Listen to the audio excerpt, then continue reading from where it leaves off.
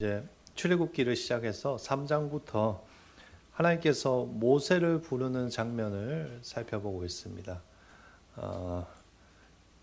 계속 방송이 이렇게 왔다 갔다 하는데 오늘 설교 가운데 큰 은혜가 임할 것 같습니다. 마귀가 오늘 좀 메시지가 좀 강렬한데 마귀가 이미 막 흔들고 있는 것 같아요. 우리가 3장부터 이제 하나님께서 모세를 부르시는 장면을 보고 있는데 어디에서 하나님이 모세를 부르셨죠? 타지 않는 떨기나무 가운데 모세에게 나타나셨고 모세에게 내가 이제 이스라엘 백성을 노예에서 구원하여 약속한 땅으로 인도하시겠다고 말씀하셨습니다. 뿐만 아니라 모세를 이스라엘을 구원할 지도자로 사용하시겠다라고 말씀하십니다. 즉 모세에게 이스라엘을 구원하는 중요한 역할을 맡기신 것이죠. 하지만 모세는 하나님의 부르심을 거부하였습니다. 그 이유가 무엇이었습니까? 왜곡된 자상 때문이었습니다. 80세 늙은 나이에 이제 더 이상 아무것도 할 수 없다라고 생각했습니다. 자신이 처한 상황에서 자신의 모습을 보니까 하나님의 말씀이 믿겨지지가 않는 것입니다. 그러나 하나님께서는 그런 모세의 마음을 설득하십니다. 그것이 오늘 우리가 살펴보는 출애굽기 4장의 앞부분의 내용입니다. 가장 먼저 하나님께서 모세에게 두 가지의 기적을 보여주십니다. 출애굽기 4장 1절부터 8절을 보시면 하나님께서 모세를 설득하기 위해서 두 가지의 기적을 보여주시는데요. 첫 번째 기적이 지팡이의 기적입니다. 모세가 지팡이를 던지니까 무엇이 되었습니까? 뱀이 되었습니다. 그리고 다시 잡으니까 그 뱀이 이번에는 지팡이가 되었습니다. 두 번째 기적은 문둥병의 기적입니다. 손에 주머니를 넣었다 빼니까 나병이 걸렸습니다. 그리고 다시 한번 주머니에 손을 넣었다 빼니까 손이 다시 정상적으로 돌아왔습니다. 그러나 이러한 놀라운 기적을 보고도 모세는 하나님의 부르심을 거절합니다. 4장 10절에 보시면 모세가 하나님께 이렇게 대답합니다. 모세가 여호와께 아뢰되 오 주여 나는 본래 말을 잘하지 못하는 자니이다. 주께서 주의 종에게 명령하신 후에도 역시 그러하니 나는 입이 뻣뻣하고 혀가 둔한 자니이다. 모세가 뭐라고 변명합니까? 하나님, 저는 원래부터 말을 잘 못하는 사람입니다. 입이 뻣뻣하고 혀가 둔한 사람입니다. 자신이 말 주변에 없다고 하나님께 핑계를 대며 거부하고 있는 것입니다. 그러자 이번에는 하나님께서 모세에게 기이한 동력자를 붙여주시겠다고 말씀하십니다. 4장 16절 말씀입니다. 그가 너를 대신하여 백성에게 말할 것이니 그는 내 입을 대신할 것이요 너는 그에게 하나님같이 되리라. 여기서 그는 누구일까요? 모세의 형 아론입니다. 모세의 형 아론. 모세와 모세가 이스라엘 백성들에게 나가서 말하는 것을 주저할까 봐 하나님께서 말을 잘하는 모세의 형 아론을 대변인으로 세우시겠다라고 약속하십니다. 이처럼 하나님께서는 모세를 포기하지 않으시고 계속해서 뭘 하시죠? 설득하십니다. 그것이 우리가 지금 살펴보고 있는 출애굽기 4장의 앞부분의 내용입니다. 끊임없이 거부하는 모세와 끊임없이 설득하시는 하나님과의 싸움입니다. 모세는 하나님의 부르심을 계속 거부하고 있고 하나님은 끊임없이 모세를 설득하십니다. 그리고 결국 이 싸움에서 누가 이기게 될까요? 모세가 두 손을 들게 되는 것이죠. 하나님의 설득이 모세에게 통한 것입니다. 기적들을 경험하고 아론을 협력자로 함께 할 것이라는 약속을 통해서 모세가 용기를 얻고 이집트로 가기로 결심을 합니다. 18절에 보시면 자신의 장인 어른인 이드로에게 가서 이집트를 떠나겠다고 이야기를 하고 이제 여정을 떠나는 것이죠. 이제 이스라엘을 구원할 지도자로서 자신감 있게 하나님의 부르심을 감당하기 위해서 길을 떠나는 것입니다. 얼마나 당당하고 대견한 모습입니까? 그러나 우리는 오늘 본문에서 길을 떠나지 얼마 되지 않은 모세에게 하나님께서 아주 이상한 일을 하시는 것을 발견할 수 있습니다. 그것이 바로 오늘 우리가 읽은 본문 24절 말씀입니다. 같이 24절 말씀 한번 읽어보도록 하겠습니다. 모세가 길을 가다가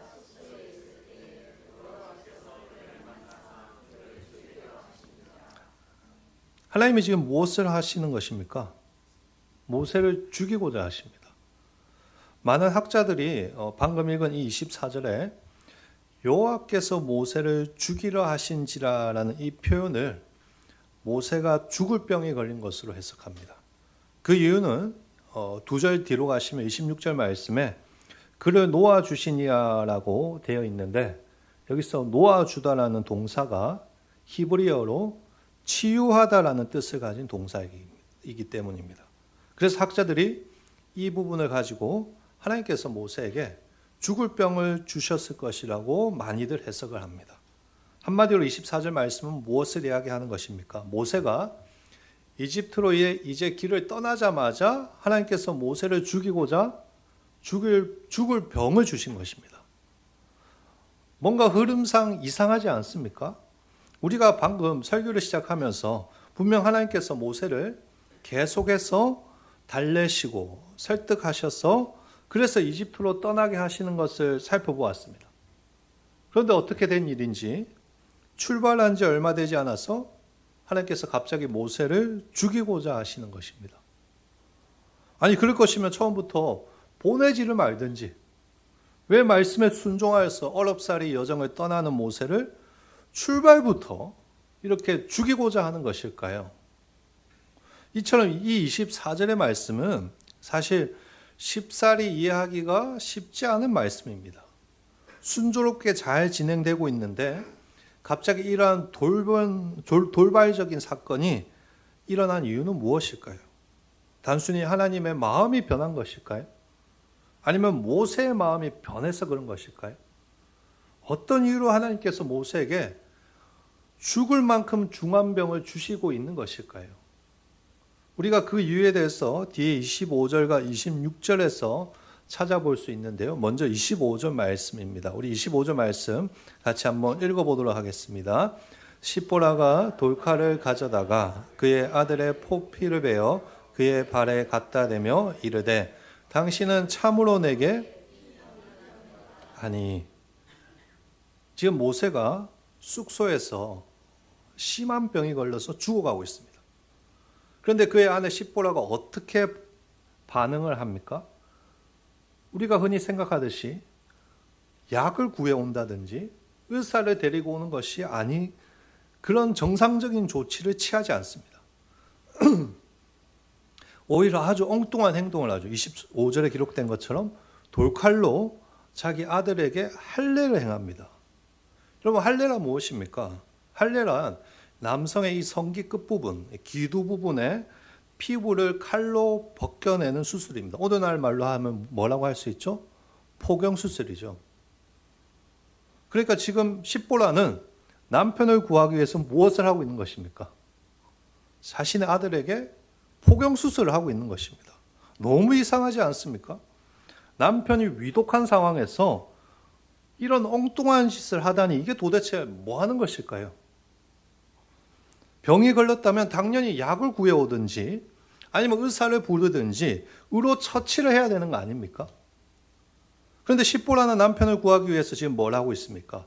남편이 아니라 그것도 아들에게 할례를 행하고 있는 것입니다.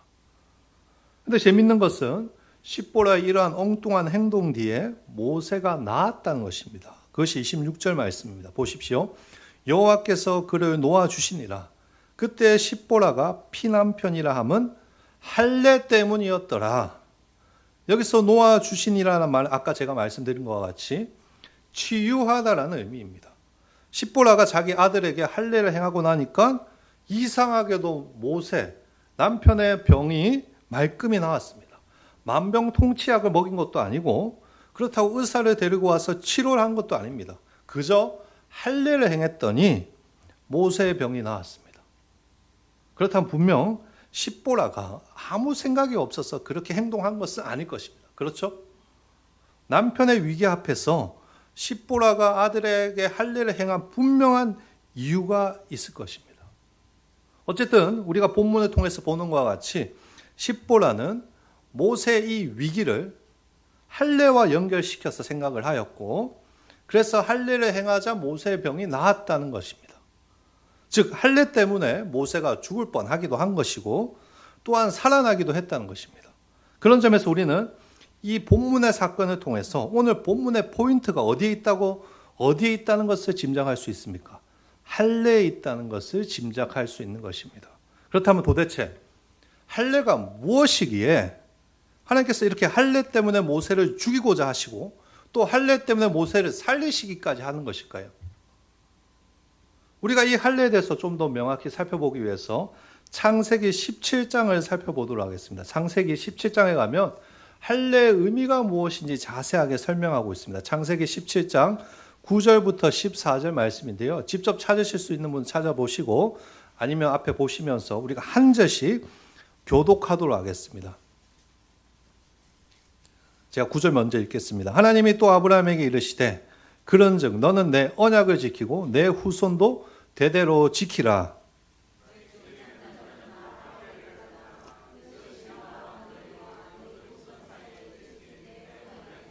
너희는 포피를 베어라. 이것이 나와 너희 사이의 언약의 표징이니라.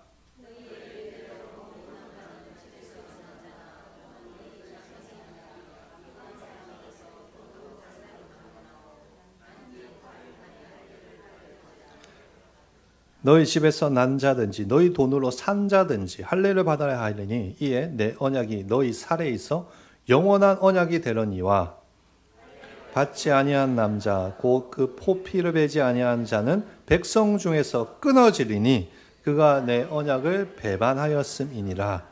아멘. 하나님께서 아브라함에게 나타나셔서 앞으로 아이가 태어나거든 무엇을 행하라고 명령하십니까? 할례를 행하라고 명령하십니다. 왜냐하면 이 할례는 이 아이가 하나님과 아브라함이 맺은 언약에 참여한다는 상징이기 때문입니다. 그러니까 할례를 받는다는 것은 단순히 위생을 위해서 포경 수술을 한다는 의미가 아니라 할례를 받는 것을 통해서 이 아이가 하나님의 거룩한 백성에 속속된다는 것을 의미하는 것입니다. 그래서 할례가 없으면 어떻게 되는 것입니까? 아까 우리가 읽은 14절 말씀이도 하나님의 백성에서 끊어져 버린다는 것입니다. 또 한마디로 할례는 무엇이라고 할 수 있겠습니까? 내가 하나님의 백성이라는 것을 나타내는 하나의 표식인 것입니다. 그래서 이스라엘 자손들은 이 할례에 대해서 매우 자긍심을 가졌고 아브라함 이후 태어난 모든 히브리인들은 아이가 태어나고 8일이 지난 후에 빠짐없이 할례를 다 받았던 것입니다. 모세 역시 여러분 할례를 받았습니다. 모세는 자신의 유모이자 자신의 친어머니인 요게벳의 손에서 자랐습니다. 그렇죠? 그래서 히브리 민족의 뿌리와 문화에 대해서 잘 알고 있었고 어렸을 적에 요게벳의 손을 통해서 할례를 받았습니다. 하지만 정작 문제는 자신의 아들들에게 온전히 그것을 행하지 못했다는 것입니다. 자신의 부모로부터 하나님에 대한 신앙교육을 받았음에도 불구하고 정작 자신의 아들들에게는 할례를 행하지 못했습니다. 그 이유가 무엇일까요? 아내 십보라의 반대가 심했기 때문입니다. 왜 십보라가 반대했을까요? 여러분? 결혼한 한 사람, 저는 결혼을 했으니까 결혼한 한 사람으로서 잠시 여기서 엉뚱한 상상을 한번 해보겠습니다. 자, 지금부터 제가 하는 상상은 다소 야한 장면이 있습니다만 정상적인 상상을 통해서 추론을 해보자는 것이니까 오해하지 마시기를 바랍니다. 우리 목사님이 야한 걸 좋아해서 저는 이야기하시구나 그런 거 아니고요. 우리가 상식적으로 한번 생각해 봅시다. 우리가 출애굽기 2장에서 본 것과 같이 모세는 살인을 하고 미디안 광야로 도망을 갔습니다. 그리고 그곳에서 누구를 만납니까? 십보라를 만나서 결혼을 하게 됩니다. 그런데 결혼 후에 서로 부부관계를 하고 사랑하지 않습니까? 어느 날 이 아내 십보라가 남편의 성기를 보게 되었습니다. 이때 십보라가 깜짝 놀라죠. 아니 당신은 왜 거기가 그렇게 까져 있어? 왜 거기가 그래? 그 성기 끝이 왜 그런 거야? 이때 모세가 대답을 하죠. 이거는 우리 히브리인들이 하는 하나님의 백성이라는 표식이야. 하나님께서 히브리인들에게 약속의 표시로 이걸 하라고 하셨어. 그게 뭐야? 이상하다. 여러분 모세 아내 십보라의 고향은 어디입니까? 미디안입니다. 미디안 지역의 사람들이 하나님을 알았을까요? 몰랐을까요? 하나님을 당연히 몰랐고 따라서 할례와 같은 의식 자체가 그 사람들에게는 없었을 것입니다. 따라서 모세가 받은 할례에 대해서 십보라가 긍정적일 수가 없었을 것입니다. 뭐 저런 미개한 의식을 하는 거야 라고 속으로 생각을 했을 것입니다. 그러나 모세가 아들이 태어난 후에 히브리인들의 전통을 따라서 할례를 행하고자 했을 때 십보라가 어떻게 반응했겠습니까? 그다지 환영하지 않았을 것입니다. 그러나 그럼에도 불구하고 모세는 남편이니까 남편으로서의 권위를 앞세워서 첫째 아들에게는 할례를 행한 것 같습니다. 25절을 보시면 그의 아들의 포피를 베어라고 되어 있지 않습니까? 여기서 아들은 복수가 아니고 뭐죠? 단수입니다. 한 명입니다. 아들들이 아니고 아들입니다. 그러니까 아들 2명 중에서 한 명에게만 할례를 행했으니까 자연스럽게 우리는 아들 2명 중에서 오늘 25절에서 십보라가 한 명에게 할례를 행했으니까 나머지 한 명은 이미 할례를 받았다는 것을 우리가 알 수 있는 것입니다. 그 아들이 누구인가 하면 첫째 아들 게르솜입니다. 이 첫째 아들 게르솜은 모세가 고집을 피워서 할례를 받았습니다. 그러나 여러분 둘째 아들은 어떻습니까? 십보라가 아주 적극적으로 반대를 했던 것입니다. 첫째 아들에게 할례를 행하는 것을 보고 이제는 더 이상 허락하지 않겠다라고 적극적으로 반대했을 것입니다. 이때 모세가 어떻게 했을까요? 아니 이 여자가 남편 말 안 듣고 왜 이래? 그래도 할례는 행해야지 그렇게 했을까요? 자신이 도망쳐서 그 지역에 신세를 지며 살아가는 사람인데 그렇게 할 수 있었을까요? 부인 십보라가 극구 반대하고 또한 딸에게 그 이야기를 들은 미디안 제사장이었던 장인 어른과 굳이 마찰을 일으키면서 할례를 행하지 않기로 모세가 결심한 것입니다. 둘째 아들은 할례를 행하지 않고 그냥 그렇게 살기로 결정한 것입니다. 그러나 이제는 상황이 완전히 달라진 것입니다. 여러분, 모세는 이스라엘을 구원하기 위해서 하나님이 지도자로서 세운 사람입니다. 그렇죠? 그렇기 때문에 모세는 지도자로서 누구보다도 솔선수범하여서 가장 먼저 하나님께 거룩하게 구별된 사람이 되어야 합니다. 그런데 모세의 아들이 아직 할례를 받지 않은 것입니다. 그러면 어떻게 해야 됩니까? 떠나기 전에 할례를 행해서 하나님 앞에서 모든 가족이 잘 준비해서 믿음의 길을 떠나야 되는 것인데 모세는 하나님의 부르심을 따라가는 그 길 가운데서도 가장 중요한 것조차 아내 십보라를 두려워하여서 하지 못하고 있는 것입니다. 그래서 하나님께서 노골적으로 화를 내시며 그를 죽이고자 하는 것이 오늘 우리가 살펴보는 24절의 말씀입니다.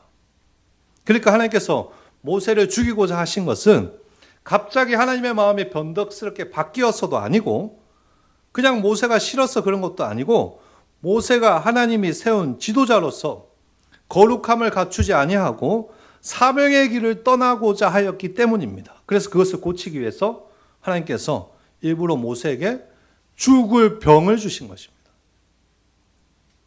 그런 점에서 결국 24절부터 26절에서 하나님이 모세에게 나타나신 것은 앞으로 이스라엘을 인도할 지도자로서 모세를 고치기 위해서 그렇게 하신 것입니다.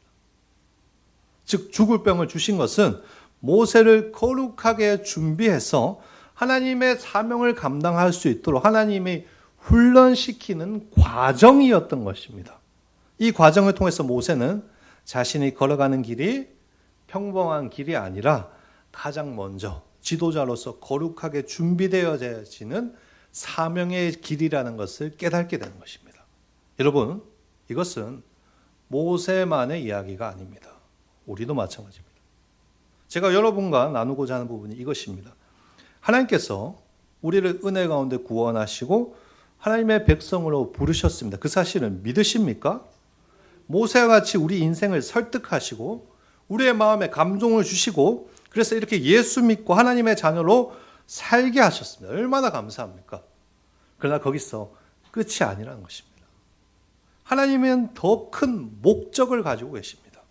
바로 우리가 이 세상에서 정말로 믿음의 사람으로 살아가는 것. 그것이 하나님이 꿈꾸는 목적입니다. 그래서 아무 준비 없이 믿음의 길을 가도록 그냥 방관하시지 않습니다. 어떻게 하십니까? 우리가 하나님의 백성답게 세워질 수 있도록 가끔은 모세와 같이 죽을 병을 주실 때도 있는 것입니다. 그래야지 우리 인간은 그 죽을 병 앞에서 그때서야 정신을 차리고 변화할 수 있기 때문입니다. 그래서 때로는 하나님께서 우리에게 고난을 허락하시는 것입니다. 세례받았으니까 이제 믿음 생활 좀 제대로 잘 해봐야 되겠다. 집사 직분도 받고 장로 직분을 받았으니까 이제 하나님을 제대로 해봐야 되겠다. 물론 그런 마음가짐과 열정도 좋습니다. 그러나 각오하셔야 되는 것입니다. 하나님 앞에 모세와 같이 이제 믿음의 길을 걸어가겠다고 여러분이 결정하셨다면 하나님께서 여러분의 삶에 개입하실 것이고 죽을 병을 주셔서라도 여러분을 예수 믿는 사람답게 바꾸고자 하실 것입니다. 그래서 죽을 병은 하나님께서 우리에게 주시는 하나의 긍정적인 신호입니다. 죽을 병이 왔을 때 우리는 잘 생각해야 됩니다. 내가 아직도 부족한 부분이 있구나. 내가 아직도 준비되지 못한 부분이 있구나. 내가 어떤 부분에서 할례를 행하지 않았는가 자신을 되돌아봐야 되는 것입니다. 물론 비노기가에 가서 구약시대에서 말하는 그런 포경수술을 하라는 말은 아닙니다. 신약 성경에서 바울이 가르치는 것과 같이 오늘날에는 육체 할례가 더 이상 의미가 없습니다. 중요한 것은 내 마음의 할례를 행하는 것입니다. 로마서 2장 28절과 29절 말씀인데요. 우리 같이 한번 읽어보도록 하겠습니다. 무릇 표면적 유대인이 오직 이면적 유대인이 유대인이며 할례는 마음에 할지니 영에 있고 율법 조문에 있지 아니한 것이라. 그 칭찬이 사람에게서가 아니요 다만 하나님에게서니라. 아멘. 여기 보시면 바울이 육체의 할례가 더 이상 의미가 없고 마음에 우리가 할례를 받아야 된다고 강조합니다. 여러분 그리스도인에게 필요한 것은 마음의 할례를 받는 것입니다. 그렇다면 어떻게 우리의 마음의 할례를 받을 수 있을까요? 말씀을 통해서 내 마음에 할례를 행해야 됩니다. 오늘 본문에서 십보라가 위기 가운데 신속하게 할례를 행했던 이유는 하나님의 말씀이 생각났기 때문입니다. 비록 자신이 원하는 대로 가정을 이끌지는 못했지만 모세는 할례의 중요성에 대해서 십보라에게 계속 이야기를 했을 것이고 위기 가운데 십보라는 남편이 계속해서 강조했던 그 하나님의 말씀이 생각이 났습니다. 그리고 즉시 그 말씀대로 행하여 자신의 남편을 살렸고 모세는 무사히 이스라엘의 지도자로서 사명의 길을 걸어갈 수 있게 된 것입니다. 여러분 우리가 죽을 병을 이길 수 있는 방법은 바로 이것입니다. 말씀으로 내 마음에 할례를 속히 행하는 것입니다. 말씀으로 내 삶을 교정하는 것입니다. 그래서 고난 가운데 그리스도인은 어떻게 해야 됩니까? 하나님이 나에게 주시는 말씀이 무엇인지 귀를 잘 기울여야 되는 것입니다. 말씀에 관한 민첩함을 가져야 되는 것입니다. 하나님이 우리 삶에 우리가 고쳐야 되는 부분이 무엇인지 또 우리에게 부족한 부분이 무엇인지 계속해서 여러 수단으로 끊임없이 말씀하시지 않습니까? 교회에서 듣는 설교를 통해서 말씀하실 때도 있고 큐티를 통해서 말씀하실 때도 있고 운전하는 가운데 기독교 방송을 통해서 나에게 도전하실 때도 있고 때로는 기도를 통해서 말씀하시기도 합니다. 그러나 그렇게 끊임없이 기회를 주시는데도 말씀을 듣지도 않고 읽지도 않고 그저 예수만 믿으면 되지 그렇게 주일날 예배만 참석해서 그것이 내 인생의 전부가 된다면 어찌 마음의 할례를 제대로 행하며 살아갈 수 있겠습니까? 예수를 믿으면서도 가장 안타까운 사람이 어떤 사람인지 아십니까? 아직도 이집트로 떠나지 못하는 사람입니다. 어떤 사람은 신속히 할례를 행해서 이미 이집트로 떠나버렸는데 여전히 죽을 병에서 허우적거리고 벗어나지 못하는 그런 사람들이 있습니다. 너무 안타까운 것입니다. 그러면 안 됩니다. 죽을 병에서 벗어나 더 성숙한 믿음의 사람이 되기 위해서 하나님의 말씀을 가까이 하십시오. 예배에 잘 참여를 하시든지 나만의 설교 노트를 만들어서 주시는 말씀을 잘 적어서 집에서 다시 묵상을 해보시든지 아니면 제가 저희 교회 홈페이지에 매주 설교 동영상과 mp3를 제 시간을 내서 올리지 않습니까? 그거라도 다운을 받아 들으십시오. 그것도 안 된다면 우리 교회에서 큐티 주지 않습니까? 큐티를 하시든지 신앙성서를 읽으시든지 아니면 오고 가는 길에 기독교 방송을 들으시든지 어떠한 방법을 썼더라도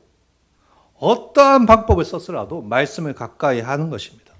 그러면 고난 가운데 그 말씀이 여러분의 삶에 반드시 역사할 수밖에 없습니다. 아, 내가 이것이 문제였구나. 하나님 감사합니다. 내가 이것을 고치겠습니다. 그렇게 고난 가운데 주님이 주시는 그 말씀을 통해서 내 마음에 할례를 받는 것입니다. 그럴 때 모세와 같이 죽지 않고 하나님의 거룩한 백성으로 이 세상에서 사명을 감당할 수 있는 것입니다. 사랑하는 성도 여러분, 오늘 말씀은 우리에게 무엇을 이야기합니까?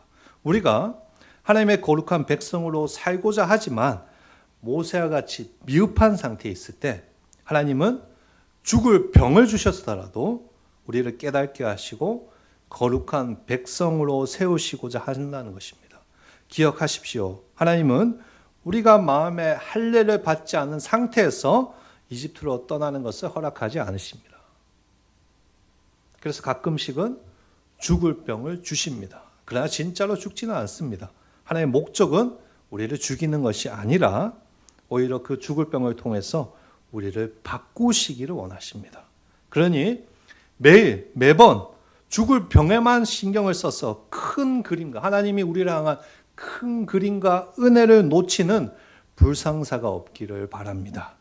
항상 고난에서 허우적거리고 죽겠다고 소리만 치는 인생이 아니라 오히려 눈을 들어서 더 큰 하나님의 그림을 보시고 말씀으로 민감하게 살아가시기를 소망합니다.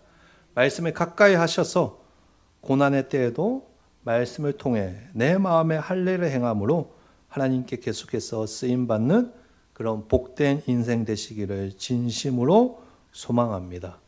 오늘 주일날 오셔서 멍하게 목사님 설교하시는구나, 끝났구나 그렇게 하지 마시고 말씀을 가슴에 잘 새기시고 말씀으로 내 마음의 할례를 받아 죽을 병을 이겨내십시오. 그때 다시 살아나셔서 하나님께서 기뻐하는 사명의 길을 걸어가게 될 줄 믿습니다. 우리 한해교회 성도들이 오늘 하나님께서 주시는 이 말씀을 반드시 명심하시고 앞으로도 거룩한 하나님의 백성으로서 사명의 길을 걸어갈 수 있는 우리 한해교회 성도님들 되시기를 주의 이름으로 축원합니다. 아멘. 우리 말씀 생각하면서